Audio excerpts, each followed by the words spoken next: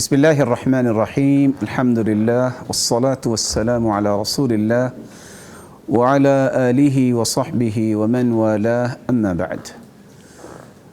ناظرین کرام، ایک بہت ہی مسرت کا موقع ہے کہ آج ہم پیغام ٹی وی میں عالم اسلام کی اس شخصیت کو خوش آمدید کہہ رہے ہیں جن کو ہر شخص جانتا ہے، جن کو اللہ ذوالجلال نے اس قدر توفیق سے نوازا کہ ملینز لوگوں کو ہدایت دکھائی اللہ ذوالجلال نے اپنی توفیق کے ساتھ۔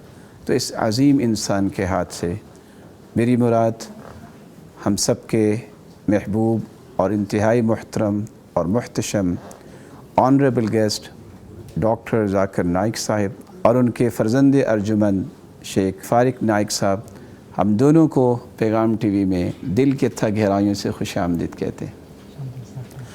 اللہ تعالیٰ سے دعا ہے کہ اللہ ذوالجلال ان کی حفاظت فرمائے، شریروں کی شرارت سے بچائے اور حاسدوں کی حسد سے بچائے۔ ڈاکٹر صاحب محترم، یہ ایک بڑا اچھا موقع ہے، تو ہمارا یہ خیال ہے کہ انتہائی اختصار کے ساتھ چند باتیں آپ کے توسط سے پاکستانی عوام جو آپ سے بہت محبت کرتی ہے، اور بلا شبہ آپ آئے ہیں اور آپ نے دیکھا کہ اس دین کی محبت کی وجہ سے ان کی تڑپ یہ ہے کہ وہ آپ سے سنیں۔ پاکستان کی فضاؤں میں آپ آئے، آپ نے دیکھا، آپ کے احساسات کیا ہیں پاکستانی عوام کے بارے میں جو ان کی دین کی تڑپ ہے اور دین کی محبت ہے؟ الحمدللہ والصلاة والسلام علی رسول اللہ وعلی آلہ وصحبہ اجمعین، اما بعد، اعوذ باللہ من الشیطان الرجیم، بسم اللہ الرحمن الرحیم، رب اشرح لی صدری ویسر لی امری واحلل عقدۃ من لسانی یفقہوا قولی۔ الحمدللہ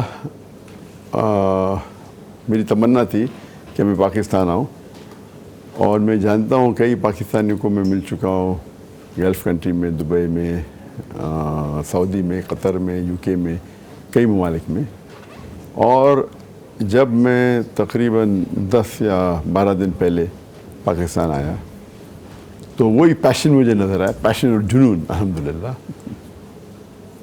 لیکن ساتھ ساتھ یہ بھی نظر آیا کہ جو پاکستانی ہیں ان کو اللہ اور اللہ کے رسول سے بہت محبت ہے، وہ ڈھونڈ رہے کس طریقے سے ہم آسانی سے اللہ اور اللہ کے رسول سے جڑ جائیں۔ تو الحمدللہ، اور جو اختلاف ہے ہمارے معاشرے میں، اگر اس کو ذرا حکمت سے سالو کرے تو مجھے لگتا ہے کہ کافی فرق ہو جائے گا۔ اور کئی لوگ نے مجھے کہا کہ اب اتنا لیٹ کیوں ہیں، اب 15 سال پہلے کیوں نہیں؟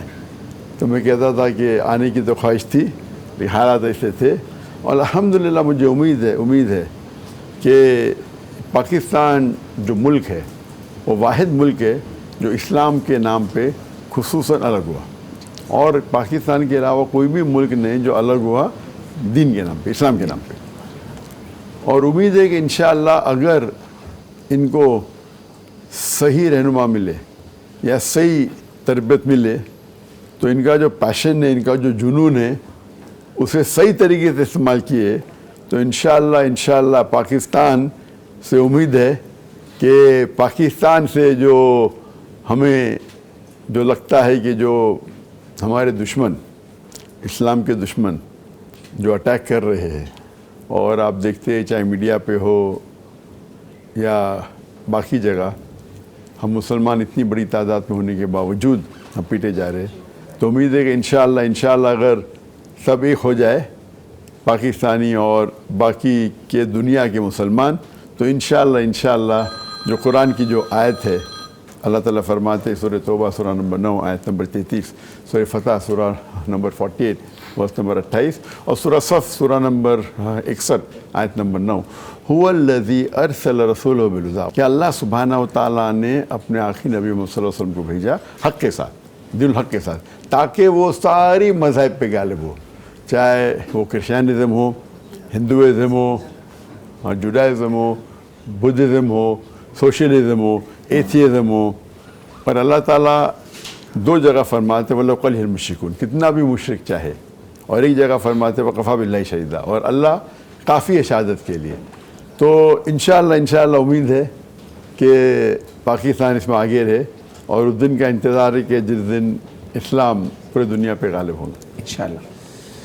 ڈاکٹر صاحب آپ نے مختلف مذاہب کا مطالعہ کیا اور بڑی گہرائی اور گہرائی سے کیا، اسلام کی کس خوبی نے آپ کو زیادہ متاثر کیا، اور اتنے بڑے داعی بننے کے لیے سب سے زیادہ کس چیز نے آپ کی ہیلپ کی؟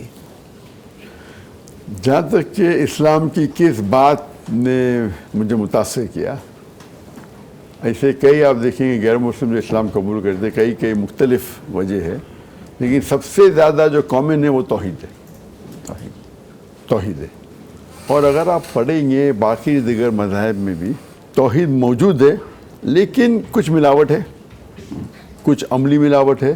تو اسی لیے جو ماسٹر کی فتوا ہے سورہ عمران سورہ 3 آیت نمبر 64، قل یا اہل کتاب، کہو اہل کتاب سے، یہود اور نصارہ سے، تعالوا الی کلمۃ سواء، آؤ ہم اس بات کی طرف جو عام پر یکساں ہے۔ سب سے پہلی بات اللہ نعبد الا اللہ، کہ ہم اللہ کی عبادت کرو۔ تو نمبر 1 ہے توحید۔ اور کیا چیز نے مجھے داعی بنایا کہ شخص نے بنایا؟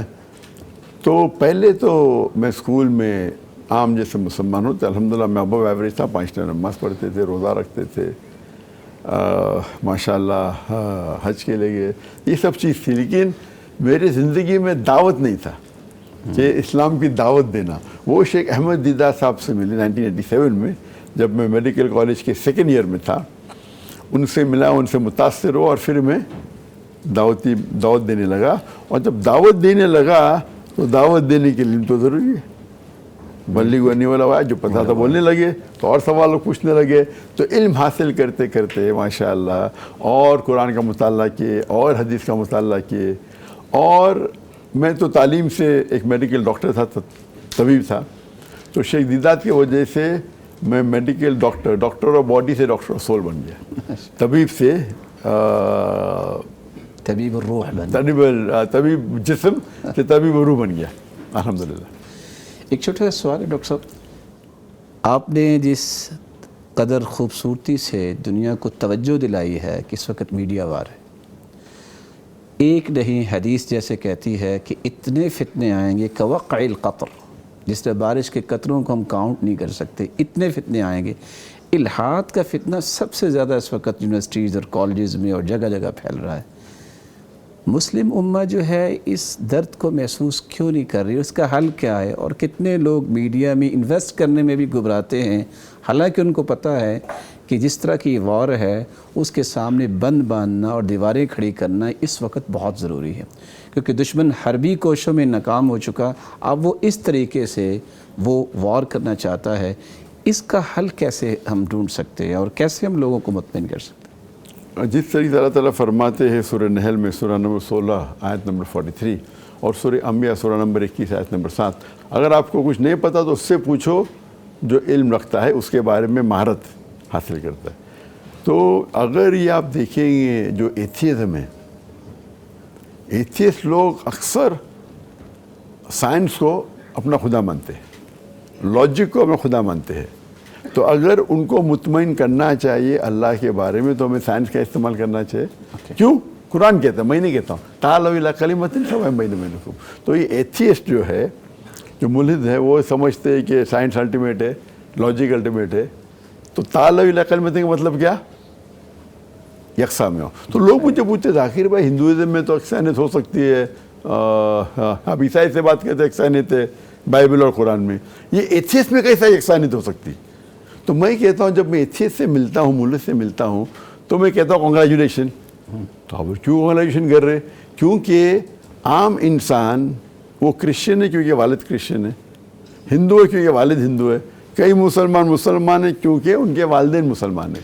یہ جو ایتھیسٹ ہے وہ سوچتا ہے کہ جو بھگوان میں میرے والد یا میرے والدہ مانتے ہیں میں اس کو نہیں مانتا ہوں، وہ سوچتا ہے۔ تو میں اس سے کنگریچولیٹ کرتا ہوں کیونکہ وہ شہادت کا آدھا حصہ بولا ہے، لا الہ، آدھا کام تو ہو گیا، ابھی مجھے صرف ثابت کرنے کے آخری حصہ الا اللہ اور محمد رسول اللہ۔ کیونکہ اگر ایک جو شرک کر رہا ہے پھر مجھے یہ ثابت کرنے پڑے گا کہ جو جس شخص کی وہ عبادت کر رہا ہے وہ غلط ہے، تو میرا آدھا وقت جائے گا، پھر ثابت کرنے کا سے اللہ، تو یہاں آدھا کام میرا ہو گیا، لا الہ۔ تو ہمیں ہمیشہ سوچنا چاہیے کیا یکسانیت ہے، تو ہمیں سوچنا چاہیے، اور یہ کوئی سوچ بھی نہ سکتا ہے کہ ایتھیزم میں کیا کمیونٹی، ہمارا مین اللہ ہے تو ایتھیزم میں کیا یکسانیت ہو سکتی. تو پہلا جو کلمہ لا الہ اس سے شروع کرو اور پھر الا اللہ پہ اور پھر محمد رسول اللہ پہ. اور اس کے اوپر تقریر دی میں نے ڈز گاڈ ایگزسٹ. جب میں جامعۃ الامام میں گیا تھا، جب مجھے کنگ فیصل ایوارڈ ملا تھا، تو مجھے کہا کہ جامعۃ الامام میں تقریر کرو. تو وہاں انہوں نے کہا کہ اس ٹاپک پہ آپ تقریر ڈز گاڈ ایگزسٹ. تو میں بولا سعودی میں کیا پرابلم ہے؟ تو مجھے بولنے لگے سعودی میں بھی آج کل بہت لوگ یہ عربی میں جو ترجمہ ہو چکا ہے انگریزی کتاب کا، وہ انگریزی کتاب سے زیادہ بکتی ہے. تو اس کو اگر ہم چاہتے ہیں کہ لوگ کو اس فتنہ سے بچائے تو ہمیں اس میں اترنا پڑے گا اور ٹیکنالوجی کے بارے میں پڑھنا پڑے گا، اور پڑھنا کس طریقے سے ان کو ہم صحیح راستے پہ لے جا سکیں.